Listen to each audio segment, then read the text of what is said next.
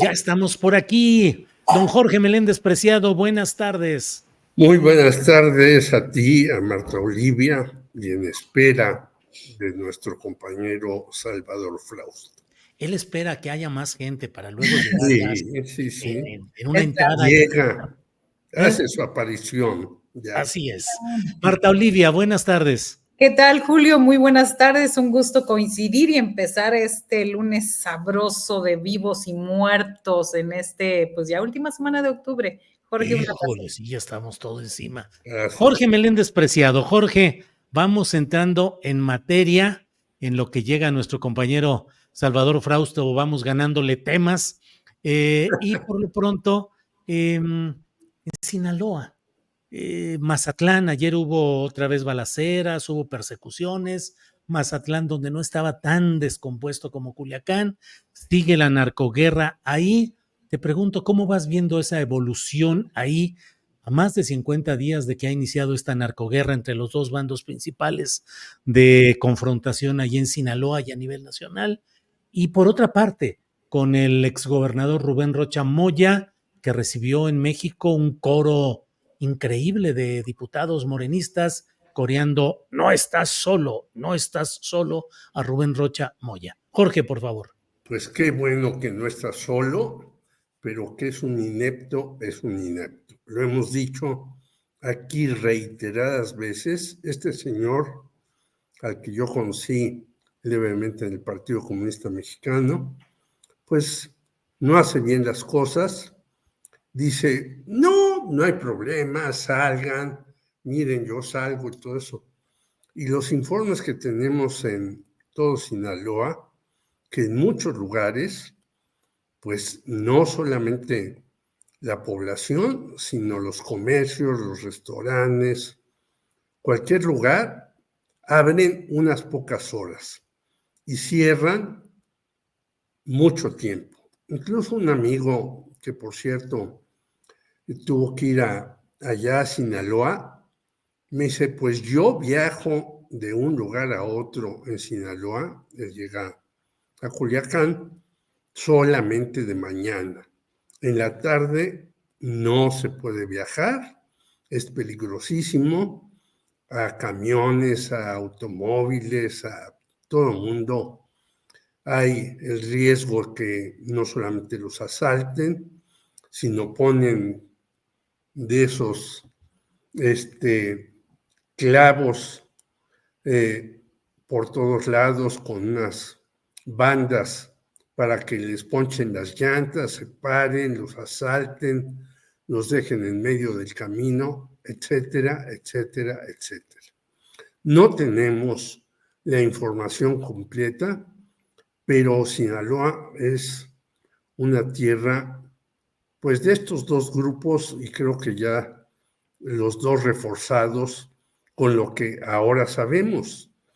Han llegado a nuestro país guatemaltecos, venezolanos, hondureños y de muchas otras partes a reforzar los cárteles de los Mayitos y los Chapitos y las demás organizaciones criminales, y no paran. Yo creo que, en efecto, pues puede uno ir a la Cámara de Diputados o de Senadores, o antes al Run Run, donde estaba la Cámara de Senadores ahora, y le ponen a uno, que era un cabaret del Run Run, hay que decirlo, donde estaba hoy la Cámara de Senadores, y le pueden echar porras y los amigos abrazarlos y decirle que va muy bien la cosa, pero Sinaloa es un desastre.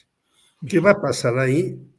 Pues yo creo que tendrán que hacer una estrategia muy profunda al señor Omar García Harfuch y demás para mitigar eso, porque la situación sigue terrible. Insisto, Sí. el comercio abre por horas, no abre obviamente jamás en la noche ni todo el día. Bien, gracias, Jorge. Damos la bienvenida a Salvador Frausto. Helo aquí. Salvador, buenas tardes. Gracias, Julio, Marta, Jorge. Un gran gusto arrancar la semana con ustedes. Bien, gracias, Salvador. Bienvenido. Vamos con Marta Olivia. Marta Olivia, ¿cómo ves? ¿Qué está pasando en el fondo en Sinaloa? Sí, el choque de los dos grupos, sí, toda la historia que conocemos desde ese episodio aún incierto en el cual el Mayo Zambada y uno de los hijos del Chapo Guzmán acabaron en manos de autoridades de Estados Unidos, pero ¿qué hay de fondo y qué tanto esto puede impactar a otros estados con estas alianzas y recomposiciones de grupos que se van dando, Marta Olivia? Sí, veía yo, bueno, dos hechos. Uno, de forma, el llegar ahí a San Lázaro y quedar atrapados en un elevador, me parece que más de uno vio una analogía de lo que sucede tanto con Monreal como Rocha. Y ahora Como novela de humor político negro, surrealista, ¿no? sí, El atorón. como para decir, el estado de Sinaloa y la unión entre Monreal y demás es este elevador descompuesto y quedarse atrapados. Me parece que es una de las cuestiones fundamentales. Veía aquí los comentarios de que dicen que somos los amarillistas del lunes y demás, y que nada nos gusta los progresos. Nosotros nos toca, como lo dijimos ahí, hablar de lo que está pasando sin decir, cada quien va a tomar su opinión, pero hay algo muy importante. Me parece que algo fundamental de un político es la credibilidad. Uno ve a Rocha Moya y uno dice, ¿le cree uno que no estuvo, que no sabía? Híjole, a mí me cuesta muchísimo trabajo creer que este señor no sabía o no tenía información de lo que estaba pasando en Sinaloa antes de esa última semana de julio. Definitivamente Sinaloa vive momentos sumamente complicados y me parece que esta escalada de violencia podría tener serias repercusiones para el proyecto político de la Cuarta T en este estado del noroeste de México, cerrándose y no siendo claros y transparentes acerca de lo que pasó. Me parece que afecta más al proyecto de la Cuarta T, porque de repente queda muy polarizada la discusión entre si es inocente, lo apoyamos, no es cierto, tenía algo que ver, como que hay demasiado claroscuros y no veo a un gobernador de Sinaloa contundente decir esto pasó, esta situación, es decir, no hay versiones creíbles. A mí me parece que ante la opinión pública Rocha Moya ha hecho un papel de malo a pésimo cuando se trata de resolver estos temas de seguridad pública y de transparencia y de credibilidad. Desafortunadamente le faltan todavía 3 años de gobierno, es decir, termina hasta el 27 y ya hay una demanda ahí de una organización llamada Estado de Ciudadanos organizada por Sinaloa, donde ya están pidiendo la revocación del mandato del gobernador. Y si bien es una iniciativa de la Cuarta T, y él ahora se pelean diciendo quién fue el que mandó la solicitud. Lo cierto es que falta ver qué tanto respaldo tiene el mandatario ante una eventual elección para que Sinaloa decida sobre si se va o se queda en el cargo. Y ya para terminar en este sentido vemos a un personaje, como decía Jorge Meléndez, que estuvo en el Partido Comunista, que fue diputado local por el PSUM, candidato a gobernador por el PRD, finalmente llega al Senado por el PT, PES y Morena, pero que también se acomodó con los gobiernos priistas como coordinador de asesores de Jesús Aguilar Padilla, trabajó con Enrique Peña Nieto como subdirector de capacitación y servicios educativos del ISSSTE, fue coordinador de asesores del exgobernador Quirino Ordaz. Es decir, es un personaje por lo demás extraño y me parece que esa opacidad y esa falta de transparencia o de decir directamente lo que está pasando juega en contra de él. Bien, gracias, Marta Olivia. Salvador Frausto, la figura de Rocha Moya, apoyado en su momento por el presidente López Obrador y por la entonces presidenta electa, ya en vísperas de tomar posesión, Claudia Sheinbaum, en el marco de este asunto todavía insuficientemente esclarecido de la salida del país del hijo del Chapo y del Mayo Zambada para ser aprehendidos en Estados Unidos. Pero la FGR de pronto, como si de veras fuera autónoma, como si no respondiera a un proyecto político central en la Ciudad de México, pues empieza a señalar las evidentes incongruencias de los estudios forenses relacionados específicamente con el asesinato de Héctor Melesio Cuen. Y luego le dan un cobijo especial tanto a Dan Augusto López Hernández como en particular Ricardo Monreal, lo reciben acá en México como héroe y dicen no estás solo y te apoyamos y todo. ¿Estará perdiendo fuerza con Sheinbaum el gobernador Rocha Moya? ¿Lo sostendrán? ¿Qué puede pasar en Sinaloa, Salvador? Sí, Julio, me parece que una de las cosas que ya van quedando claras con los elementos que se han dado a conocer es que durante el secuestro o levantón o de el Mayo Zambada, en presencia de uno de los hijos del Chapo Guzmán, quien aparentemente él es quien lo llevó hacia los Estados Unidos, hay la versión del propio Mayo Zambada de que a esa reunión estaba invitado el gobernador Rocha Moya.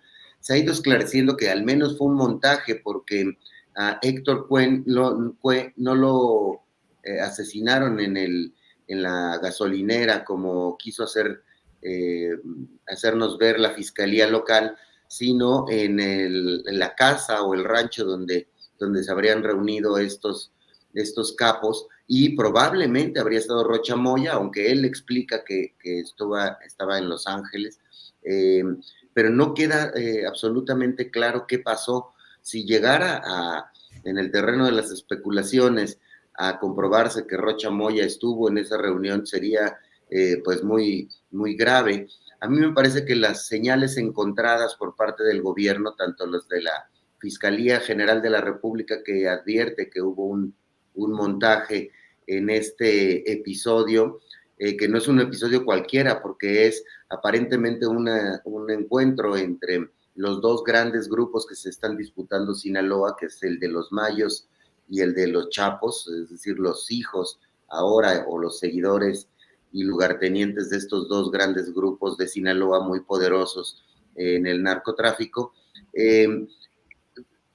Hemos visto estos mensajes encontrados. Por un lado, la fiscalía, por otro lado, vemos alguna suerte de arropamiento a Rocha Moya, pero en cualquier momento, dependiendo de la información que se vaya conociendo, pueden soltarlo porque puede resultar muy difícil aceptar que un gobernador esté siendo intermediario en una reunión entre capos. Eso sería grave. La propia Claudia Sheinbaum ha dicho en estos días que ella no negociaría con narcotraficantes, y a la par vemos el tema del asesinato de estos sacerdotes de los que hablábamos, concretamente del sacerdote de Chiapas en los últimos días, y esa corriente de la iglesia que busca tender puentes de negociación entre los narcotraficantes y los gobernantes.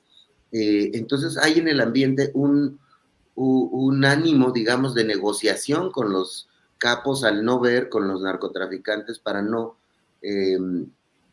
tratar de resolver este problema. Y por otra parte, el gobierno federal dice, no voy a negociar con narcotraficantes. Entonces el debate está muy caliente. Me parece que Rocha Moya está en la tablita, a la mitad de una decisión política en progreso de qué se va a hacer con el gobernador de Sinaloa, dada la aparente cercanía que pudo haber tenido, o acercamientos que pudo haber tenido con algunos narcotraficantes. Ahora bien, pues el Estado está en llamas, la pelea entre un grupo y el otro de Chapos y Mayos está poniendo en jaque a un estado, a una ciudad, a Culiacán y sus alrededores, y no se ve cómo se puede resolver. El propio gobernador Rocha Moya ha dicho que no ven aún cómo se pueda resolver este asunto, a pesar de que hay cada vez mayor presencia de la Guardia Nacional en el estado. no se alcanza a ver por dónde pueda salir esto. Me parece que es un conflicto político y un conflicto entre narcotraficantes en constante progreso, y dependiendo de lo que vaya surgiendo, irán tomando decisiones del gobierno de Claudia Sheinbaum. Pero sí, efectivamente me parece que Rocha Moya no ha dado las explicaciones cabales, completas, de qué pasó aquel día en el que se llevaron al Mayo Zambada a los Estados Unidos. La negociación de los propios chapitos en Estados Unidos y el inicio del juicio del Mayo Zambada nos va a poder dar algunos nortes de qué es lo que puede pasar. Dependiendo de lo que se vaya diciendo en ese juicio, puede ser muy relevante y puede ser la razón de los silencios y los pocos palabras sonoras que se explican por parte de las autoridades. Bien, gracias Salvador. Jorge Meléndez. Jorge, pues palabras van y palabras vienen, pero el conflicto ahí continúa, al menos con expresiones públicas. Ayer hubo una protesta relacionada con la reforma judicial en el marco de la Fórmula 1, y hoy que deberían regresar a trabajar ya en los diferentes juzgados, tribunales y la Corte, pues hubo trabajadores que dijeron que no, y se mantiene ese paro y siguen las protestas. ¿Cómo ves la evolución de este tema que en apariencia pues tiene todo para darse como un caso juzgado, pero siguen las protestas y está pendiente la resolución de los ministros de la Corte que pueden declarar subsistente o no esa reforma judicial y las reformas constitucionales subsecuentes? Jorge Meléndez. Pues yo creo que el asunto va a continuar algunos días más mientras las cosas sigan en este terreno. Fíjate tú que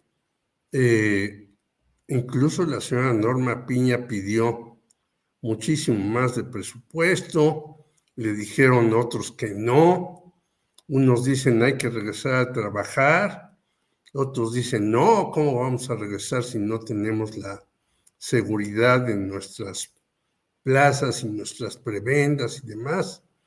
Ya se ha hablado abierta y en muchas partes del cochinero que es todo lo que hay en el Poder Judicial.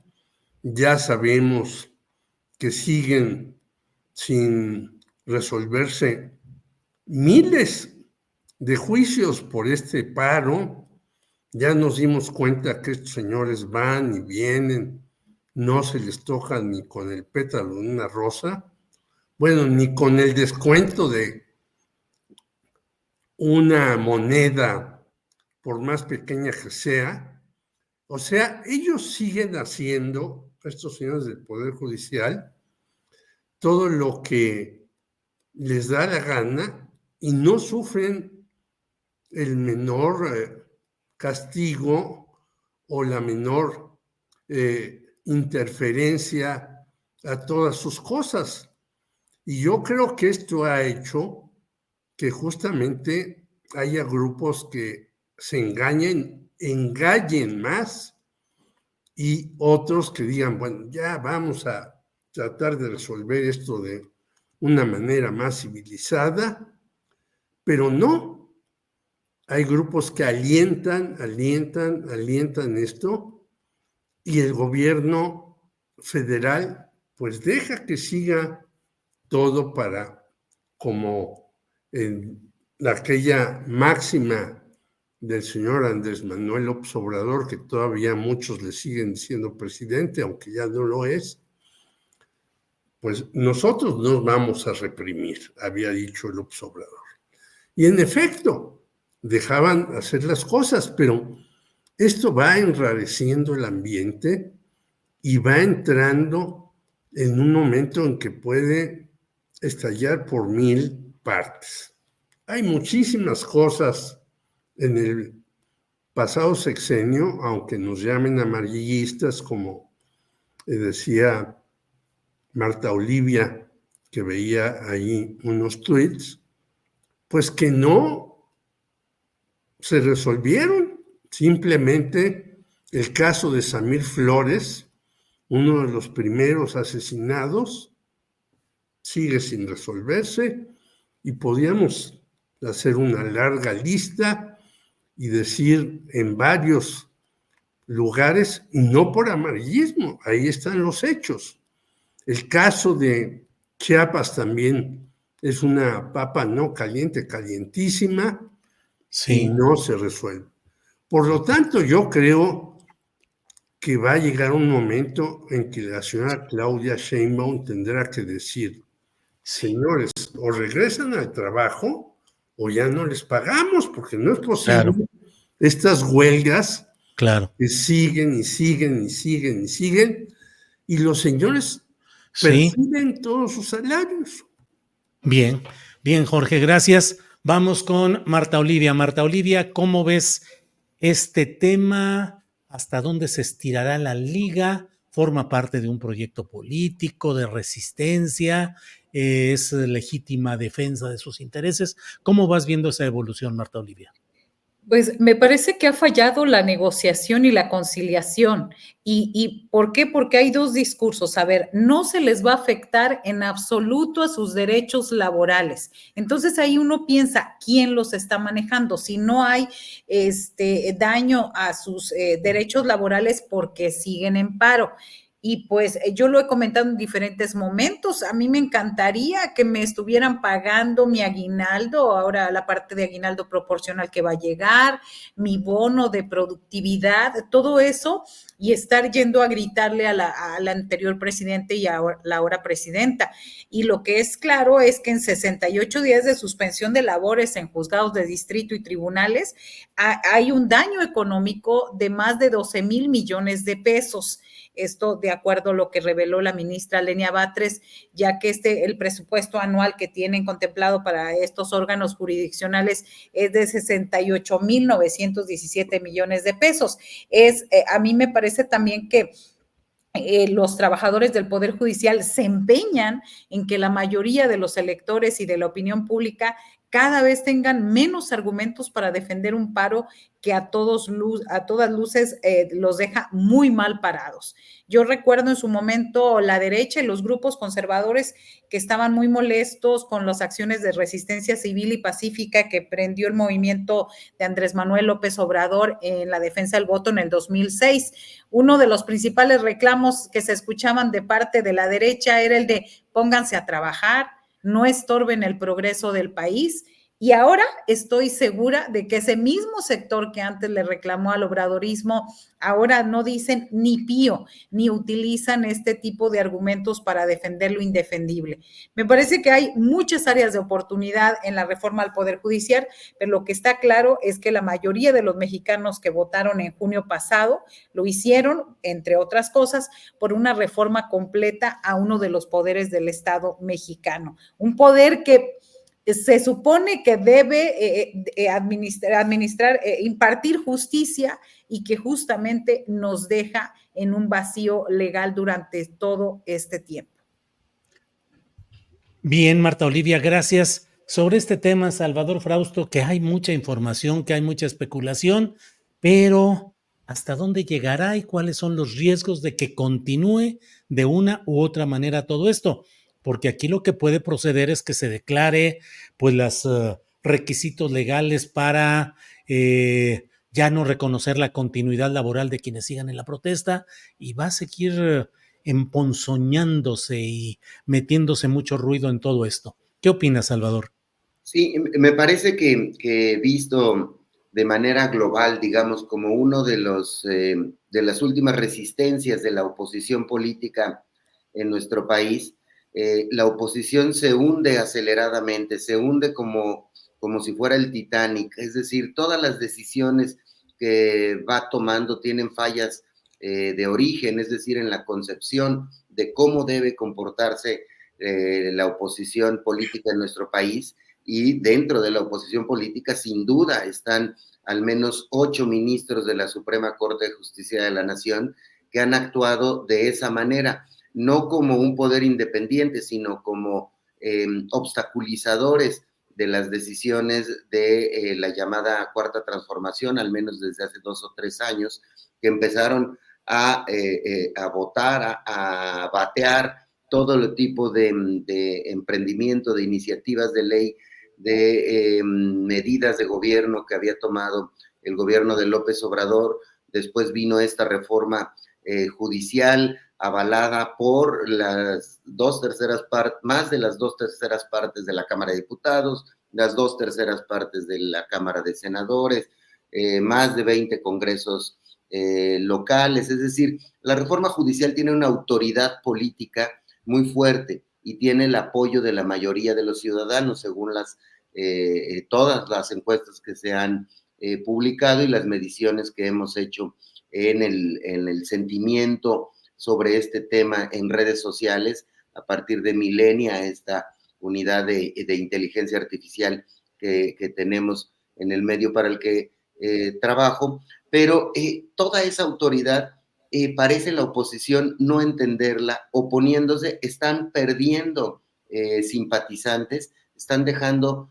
desmovilizados a los opositores ciudadanos, desmovilizados y silenciados por sí mismos, es decir, parece que se retiraron del debate público, nada más parece que hay unas opositores a la reforma judicial porque hay todavía muchos columnistas y muchos conductores de programas de radio y televisión que representan a esa minoría que cada vez se va haciendo menos fuerte y que ellos son la cara visible contra la reforma judicial, pero la oposición ciudadana está desmovilizada, está callada, es decir, no encuentran argumentos. Los políticos profesionales de la oposición no han logrado generar alguna causa, alguna lucha, y van de derrota en derrota. Y cierro con esto.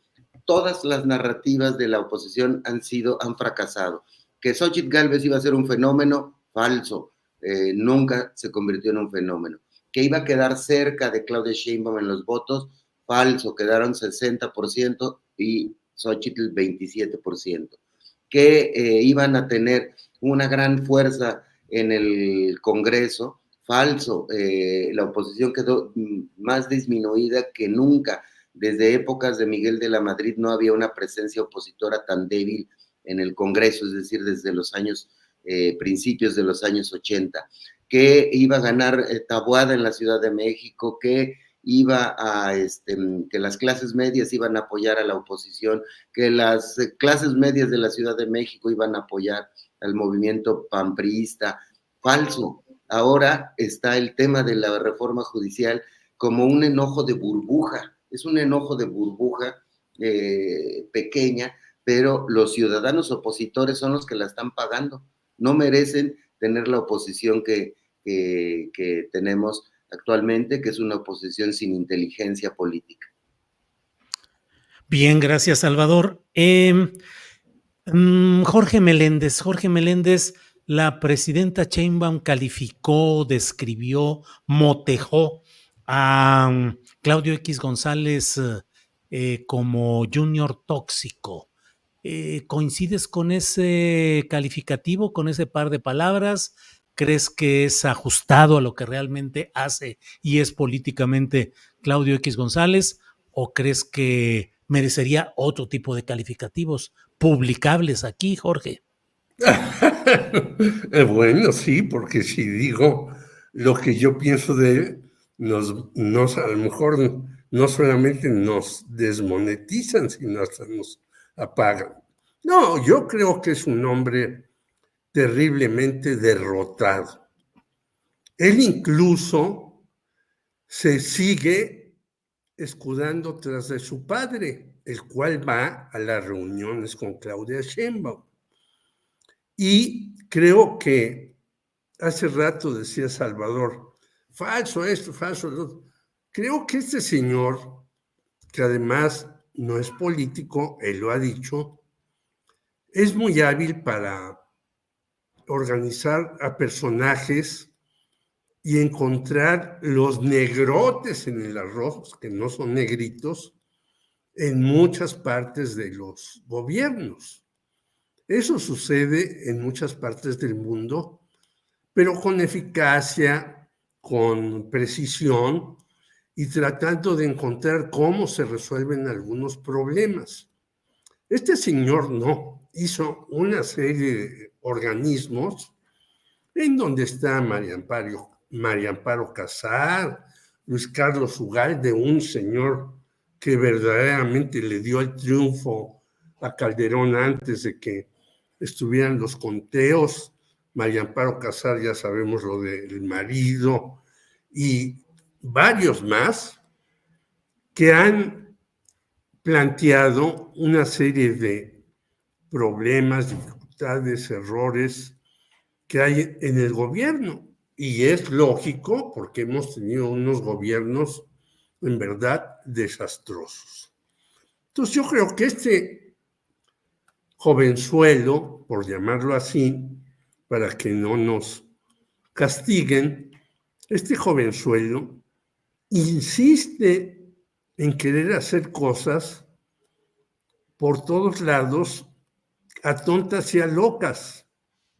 Y como vivimos en una sociedad descompuesta y además en una transición que no sabemos exactamente a dónde vamos, pues tiene algún eco este sujeto. Y voy a sacar algo que parecía que no tiene ningún sentido, pero acaba de haber una reunión de los BRICS, este organismo fundado hace algunos años, donde están Brasil, Rusia, India, China, Sudáfrica, más otros que se adhirieron, que por cierto, Brasil impidió que estuviera Venezuela, algo pues muy extraño por parte de Lula. Y si uno ve los números de estos países que están ahí coaligados, pues están por encima de los números del G7 y del G20. Sí. Estamos nosotros. Y entonces uno dice, ¿hacia dónde va el mundo? Claro. Y yo coincido con Gerardo Esquivel, que escribió hace una semana, un milenio, bueno, pues nos tocó estar aquí al lado de Estados Unidos, tenemos que jalar ahí. No podemos decir, vámonos a los BRICS de inmediato, porque allá está el futuro. Sí lo puede hacer Brasil, que está hasta allá de América Latina, sí lo puede hacer Venezuela, Bolivia, etc. Pero yo creo que los números y lo que va a pasar el día 5 va a ser desastroso para México, gane quien gane. Claro, yo le tengo más temor a Donald Trump que a la señora Kamala Harris, pero aún ella es una persona que ha dicho que el TEMEC no sirve, que hay que hacer remiendos aquí, allá, allá. ¿Qué quiere decir esto? Que Estados Unidos está en un declive pavoroso y no se dan cuenta. Es como los que son alcohólicos y no se dan cuenta que son alcohólicos. No, pues si nada más hoy me bebí 8 rones, entonces no me emborraché. Claro. Ese es el problema que vive este sujeto de nombre que ya ni lo quiero pronunciar. Bien, Jorge, gracias. Marta Olivia, ¿cómo van las giras de Luisa María Alcalde, presidenta de Morena, de la secretaria general, cuyo nombre luego se me escapa, y de Andrés Manuel López Beltrán? ¿Cómo vas viendo incluso expresiones de rechazo a algunos personajes tradicionales de Morena, como ha sucedido en Guanajuato contra Ricardo Sheffield, senador ausente a la hora de la votación de las reformas constitucionales? Pero ¿cómo ves el movimiento de Morena? Antes, nada más para precisar o para decirlo del junior tóxico, dicen que es un junior ni es empresario ni es activista. Y eso del chamaco que dijo Jorge, 61 años, Jorge, y también la otra... Bueno, para mí es un chamaco en todo el sentido del término. Es decir, un chamaco puede hacer tonterías tontas y a locas, y dices, bueno, pues es un chavín ahí. Junior tóxico y me parece que perdedor, porque parece que no ha ganado ninguna de estas, pero o en las cuestiones en las que se ha embarcado, nada más para comentarlo. Yo sé, no tenemos, la edad no es referente, pero ya está bastante grandecito con 61 años para seguir siendo un junior. Pero bueno, en el tema, ¿cómo van? Pues estas giras a mí me parece que son el saldo de lo que hizo Mario Delgado en Morena.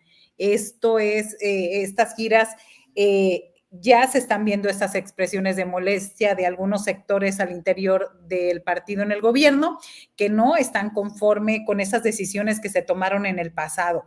Y lo comentamos aquí. El ahora secretario de Educación Pública, ahora el profe Mario Delgado, pues son las negociaciones que incluyeron el reparto de candidaturas a gubernaturas, alcaldías, senadurías, así como diputaciones federales y locales. Y lo hemos comentado, él no se mandaba solo, él tenía un jefe y ese jefe era Andrés Manuel López Obrador. Aunque claro está, el entonces presidente nacional de Morena sabía muy bien qué parte de lo que implicaba ese cargo era recibir la culpa o la responsabilidad por la forma en cómo el partido Morena decidió quién lo representaba en las urnas. Y esto, como decías, pues sí, ahí está Ricardo Sheffield de Morena, y que es un personaje que ilustra mucho quienes se han enquistado en Morena en los últimos años. Se formó en el panismo de Guanajuato, bajo las siglas del PAN, gobernó León, la capital económica guanajuatense, justo renuncia a su militancia panista en el 18 porque no pudo contender a la alcaldía de León de nuevo y denunció en ese momento al entonces gobernador Miguel Márquez Márquez y al secretario de Desarrollo Social, ahora gobernador, Diego Sinue Rodríguez, al ex gobernador, ahora está Livia, de invadir y modificar las decisiones del partido. Con todo este bagaje panista, no es de sorprender que sectores del morenismo en Guanajuato no lo quieran, y también puede explicar por qué el ahora senador de Morena perdió de manera estrepitosa ante Diego Sinue.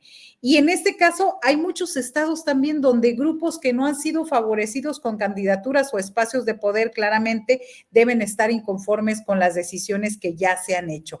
Ya veremos cómo responden a estos retos de confrontaciones políticas y la labor de negociación y de conciliación. A mí me parece que pues debe haber una avanzada de negociación antes de llegar a ciertos lugares complicados para que se haga un buen trabajo y esa operación cicatriz, aunque hay algunos estados que me parece que Morena está rebasado, donde ha llegado todo tipo de personajes y los de Morena, los fundadores y demás quedaron rezagados. Gracias, Marta Olivia. Salvador Frausto, ¿qué opinas de cómo va el partido Morena con estas giras que está realizando, la pretensión de tener 10 millones de afiliados? Y bueno, mi punto de vista muy rápido, pero a reserva de lo que tú nos digas, Salvador, es que pues Morena le sigue ganando la delantera, la salida en la ruta de la carrera electoral a los demás partidos que están en otros tipos de broncas internas y demás cosas, pero Morena, bien o mal, ya está en una tarea de organización rumbo a las próximas elecciones. Pero ¿cómo vas viendo esa integración política, esas giras, Salvador? Julio, fíjate que a mí me sorprendió de manera importante la fuerza con la que llegó Luisa María Alcalde y Andy López Obrador a la dirigencia de Morena. Pensaba que era uno de los principales problemas que podía enfrentar el gobierno de Claudia Sheinbaum, no tener un partido, un movimiento, un movimiento en movimiento, y sin embargo tomó el mando Luisa María y de inmediato me parece que tomó acciones para unir, fortalecer y hacer crecer al partido movimiento de las izquierdas mexicanas. Me parece que lo han hecho muy bien, que han salido, que han entendido los tiempos, mientras las dirigencias estamos en medio de una lucha por la dirigencia del PAN y me parece que mucha gente ni siquiera lo sabe, ni no sabe la gente quiénes son los que están contendiendo para la dirigencia del PAN. En el PRI ya supimos que agandalló a Lito Moreno con una simulación de elección en la que se volvió a poner y se puso al infinito y más allá como dirigente de lo que queda del PRI. Y coincido con algunos analistas que han dicho que parece ser que estos partidos, pues sobre todo el PRI, podría perder el registro en el 27, el PAN sigue perdiendo adeptos y en cambio Morena tiene este objetivo de tener 10 millones de afiliados organizados en comités distritales, es decir, se ve visión, se ve acción, se ve movimiento, se ven reuniones en los estados y como es natural, hay discusiones en los estados, es decir, cuando sí hay poder que repartir, pues se generan encontronazos fuertes. Cuando hay poco poder por compartir, pues hay una serie de luchas menos fuertes y menos visibles. En el caso de Morena, está ahí una serie de protestas contra estos personajes, como decía Marta Olivia, como Sheffield, que provienen del PAN, o algunos otros discusiones como la conveniencia o no del voto del panista Yunes en el caso de la reforma judicial y que vaya a estar apoyando a Morena a través de su voto. Es decir, esas discusiones me parecen más naturales y más, hasta cierto punto, más fáciles de ir solventando, incluso sanas en una discusión democrática, y que me parece que Luisa María Alcalde y Andy López Obrador y la secretaria general del partido Morena, cuyo nombre también se me escapa, están haciéndolo bien, es otra generación, son jóvenes, vemos un poco de renovación en la Cámara de Diputados, por ejemplo, la generación X y los millennials tienen el 80% de la presencia en la Cámara de Diputados. Y en el caso de la de senadores, se redujo 5 años el promedio de edad de los senadores. Es decir, sí vemos a nuevas generaciones en la arena política, no solo en Morena, sino estos datos que doy de la Cámara son en general, pero digamos también tocan a Morena. Y bueno, pues me parece que van por buen camino Luisa María Alcalde y Andy López Obrador.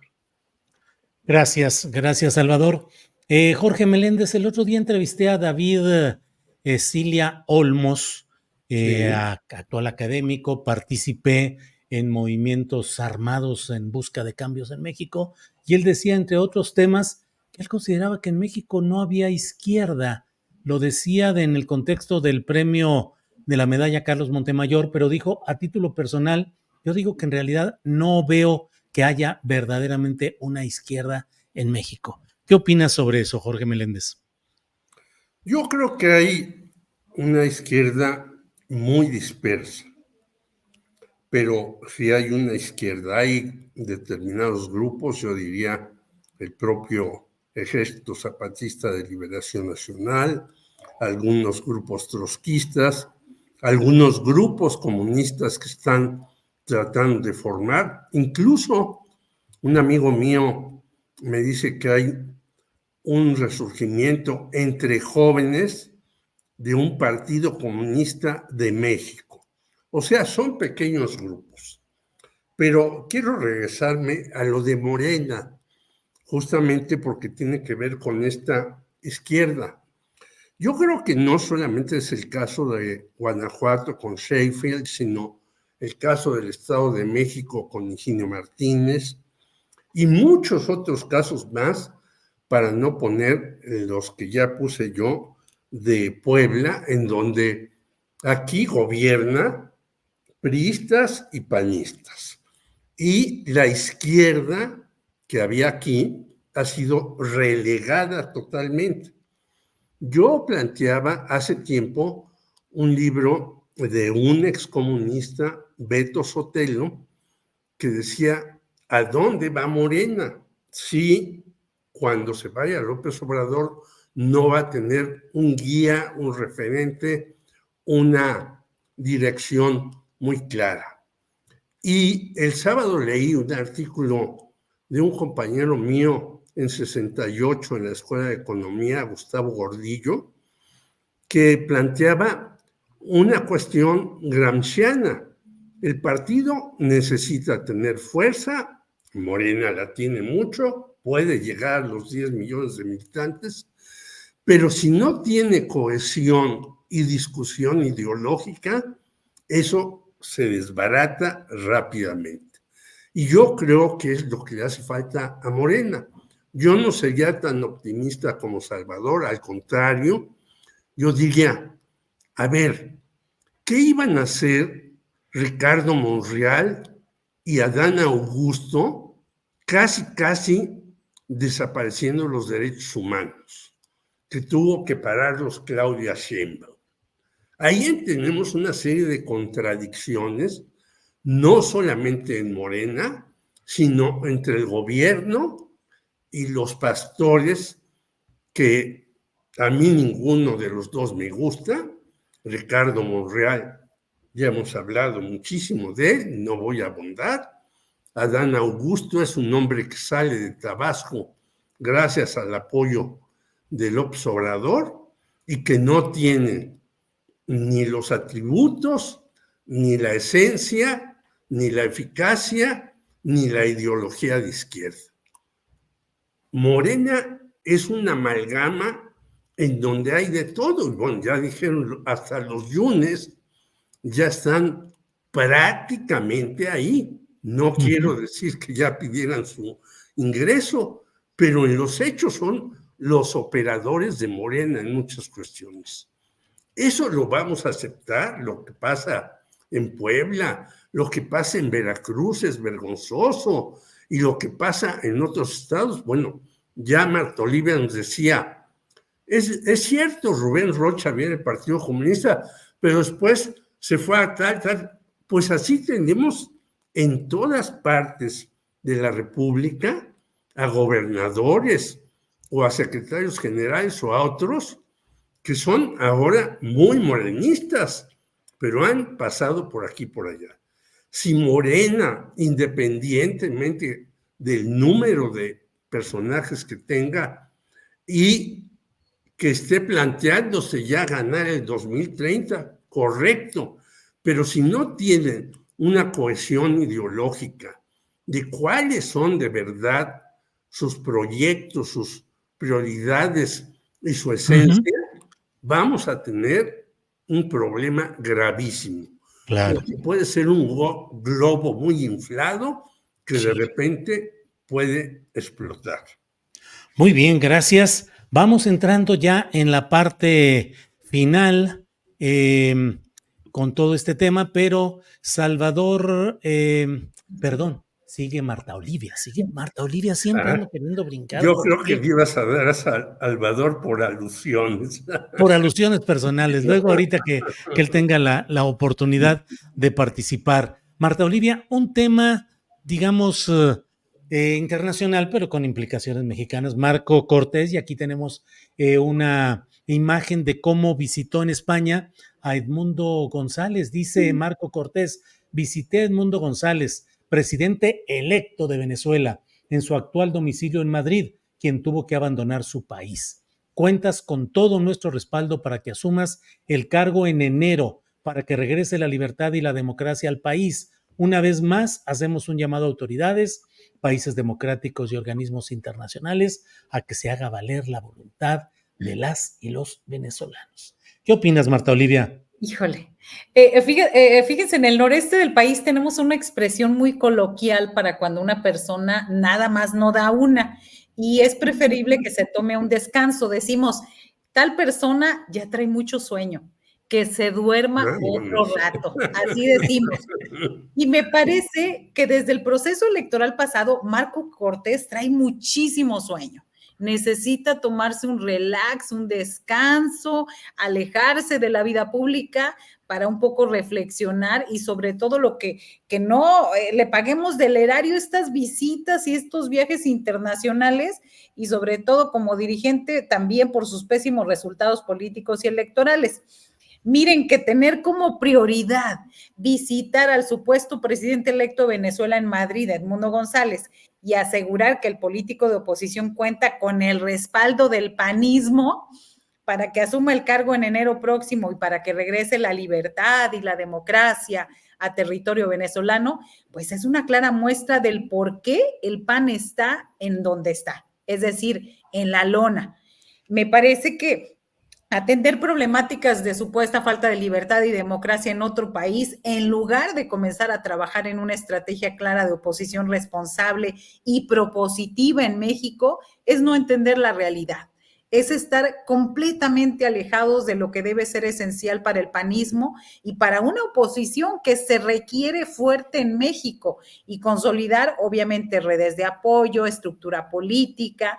Me parece que el señor sigue trayendo mucho sueño, pero en lugar de hacer redes, de construir de todo eso, pues Marco Cortés usa el erario para irse a viajar a España, tratando de ganar votos, pero de los venezolanos, de la OEA, de Washington, de todos, menos de quienes debería estar más interesado, es decir, los mexicanos que no están de acuerdo con la forma de gobernar del oficialismo y demás. Es decir, nuestro país requiere una oposición fuerte, pero este señor se ve que sigue teniendo mucho sueño. Híjole, pues mucho sueño. A ver, Salvador Frausto, tenemos que quitarnos el sueño y ver qué hacemos con lo que sigue. Son las 2:51 p.m. En la parte final, postrecito, Salvador, el tema en el que desees abundar, por favor. Sí, bueno, primero que nada, con este tema del PAN, para redondearlo, pues están en competencia por la dirigencia del PAN Jorge Romero y Adriana Dávila, una campaña que casi nadie ha ubicado, que no ha generado un debate en la opinión pública.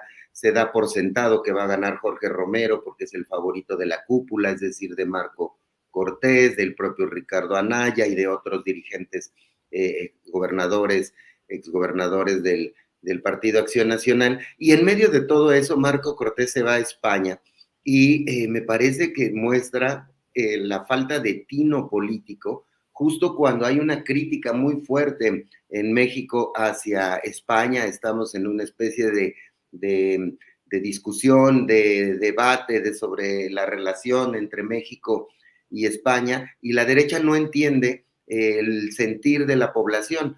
Cuando iba a tomar posesión Claudia Sheinbaum, me di con las herramientas de inteligencia artificial cómo había evolucionado los sentimientos positivos por Claudia Sheinbaum, y saltaron de poco más del 60% a casi 75%, solo del día de la elección a la toma de posesión, y el contexto que le dio ese empujón muy grande a Claudia, que arrancó igual que López Obrador, con muchos niveles de popularidad muy altos, fue que no invitó al rey de España. Es decir, lo que la derecha se desgarra las vestiduras diciendo, ¿cómo es posible que no inviten al rey de España? Es terrible, quedamos en un ridículo internacional. La población, los usuarios de redes sociales, que es una muestra de la sociedad mexicana, bastante representativa, por cierto, van contentos. Salieron hordas de ciudadanos a defender a Claudia Sheinbaum, a celebrar que no hayan invitado al rey de España por el símbolo de rechazo a las monarquías y por este tema de las no disculpas, por el tema de la conquista que pidió el presidente López Obrador. Ese es el sentimiento nacional. Y en ese contexto se va Marco Cortés a España y se pone como pelota, como esas peras locas para que les peguen más, es decir, incrementa el rechazo hacia los dirigentes opositores de la derecha mexicana. Y cierro nada más con el comentario. Yo pienso que sí hay izquierda en México. La izquierda mexicana es más popular, es más social, es menos ideológica, menos doctrinaria, no está encasillada, digamos, en pensamientos más tipo el EZLN, la izquierda política, me refiero, representada en Morena, es una izquierda que se volvió a organizar o se organizó de la mejor manera que ha podido hacerlo históricamente, a partir del liderazgo de López Obrador, cuyo signo de izquierda es más social y más popular que doctrinario o ideológico. Ese es el tipo de izquierda que tenemos en México y me parece que ahí caben, es un envase donde caben muchas expresiones de izquierda y otras no se ven representadas, evidentemente, pero sin duda nunca había habido en México una izquierda con tanto apoyo popular como la que hay a partir de 2018. Bien, pues muchas gracias por todo esto y vamos, Jorge Meléndez, por favor, postrecito para cerrar. Nos quedan 4 minutos para cerrar el programa. Bueno, no es por hablar mal porque acaba de morir, porque yo siempre lo combatí. Murió un señor abogado, Juan Velázquez, un abogado que me defendió siempre, le llamaba Johnny Video, porque este sujeto hacía en la televisión las defensas de sus personajes. ¿Quiénes fueron los personajes que defendió? Y esto tiene que ver con la reforma judicial que está ahora procesándose. Este señor Juan Velázquez ganó los juicios para Carlos Salinas de Gortari, Luis Echeverría Álvarez. Recordémonos que Luis Echeverría Álvarez estuvo casi 2 años en arresto domiciliario, porque varios, junto con Raúl Álvarez Garín, decíamos que se le procesara. Se le procesó, estuvo 2 años en arresto domiciliario y le ganó el juicio Juan Velázquez. Y le ganó también casi todos los juicios a José López Portillo, entre ellos algunos de los escándalos de la señora que llevaba a la Orquesta Sinfónica a Europa con todo y pianos y demás, a salas prácticamente vacías porque no conocían a la Sinfónica de México. Sí. Todo esto le ganó el señor Juan Velázquez a estos expresidentes.